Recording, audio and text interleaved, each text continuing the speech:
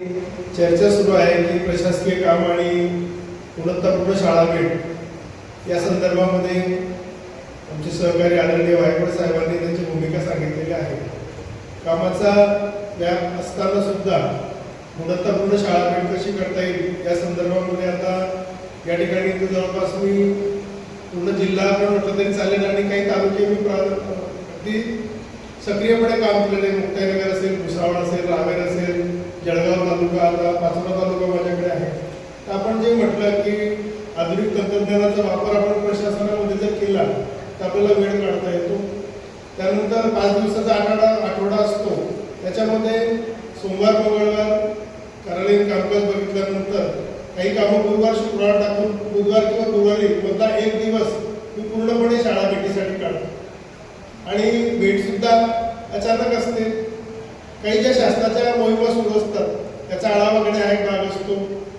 काही ठिकाणी जाणीवपूर्वक भेटी करायच्या असतात, ती कौतुकासाठी की आपल्या कानावर येतं की या ठिकाणी खूप छान काम सुरू आहे, मग जाणीवपूर्वक त्या ठिकाणी जाऊन ते काम बघणं, त्या शिक्षकात कशा पद्धतीने काम करते जाणून घेणं, त्याला सर्व तालुक्याच्या ग्रुपला, जिल्ह्याच्या ग्रुपला प्रसिद्धी देणं, याच्यामुळे त्या शिक्षकांना उत्साह आणखी वाढतो की जेव्हा साहेबांच्या फेसबुकवर माझी शाळा आली किंवा साहेबांच्या स्टेटसला माझ्या शाळेचा फोटो आला ते मला संध्याकाळी फोन करून सांगतात की सर त्यांना खूप आनंद झाला म्हणून सांगतो. आणि त्यासोबतच सरांनी सांगितलं आता मी डायटिंग करतो, त्याच्यामुळे शाळेवर चहा मागवायची गरज पडते ना, चिवडा आणि वडे भजे काही ते नसतात, फक्त शैक्षणिक आणि प्रशासकीय कामकाज आपलं असतं.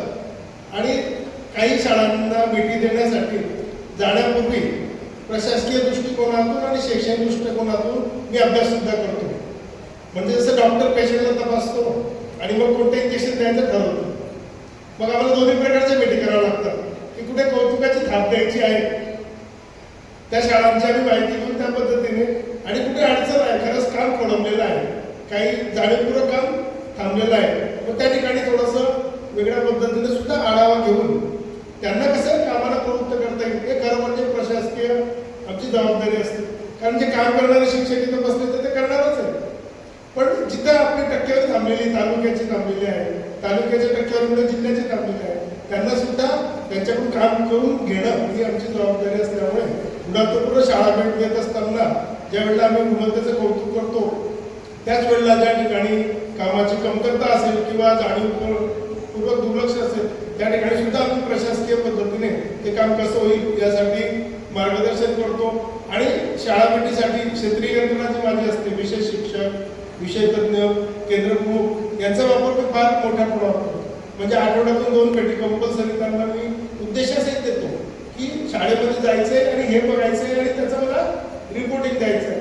मग वेगवेगळ्या योजना मी एका आठवड्याला केल्यानंतर 4-5 प्रकारच्या भेटी माझ्या शाळेला एका महिन्यामध्ये होतात. एका आठवड्यामध्ये शालेय पोषणावर विषय असतो, एका आठवड्यामध्ये निपुण शाळा भेटीचा विषय असतो, एका आठवड्यामध्ये आधार अपार MBUच्या संदर्भात विषय असतो, आणि एका आठवड्यामध्ये जे करंट काही विषय असेल अशा पद्धतीने प्रशासकीय कामकाज आणि गुणवत्तापूर्ण शाळा भेट यांचं संतुलन साधण्याचा प्रयत्न आपण करत असतो.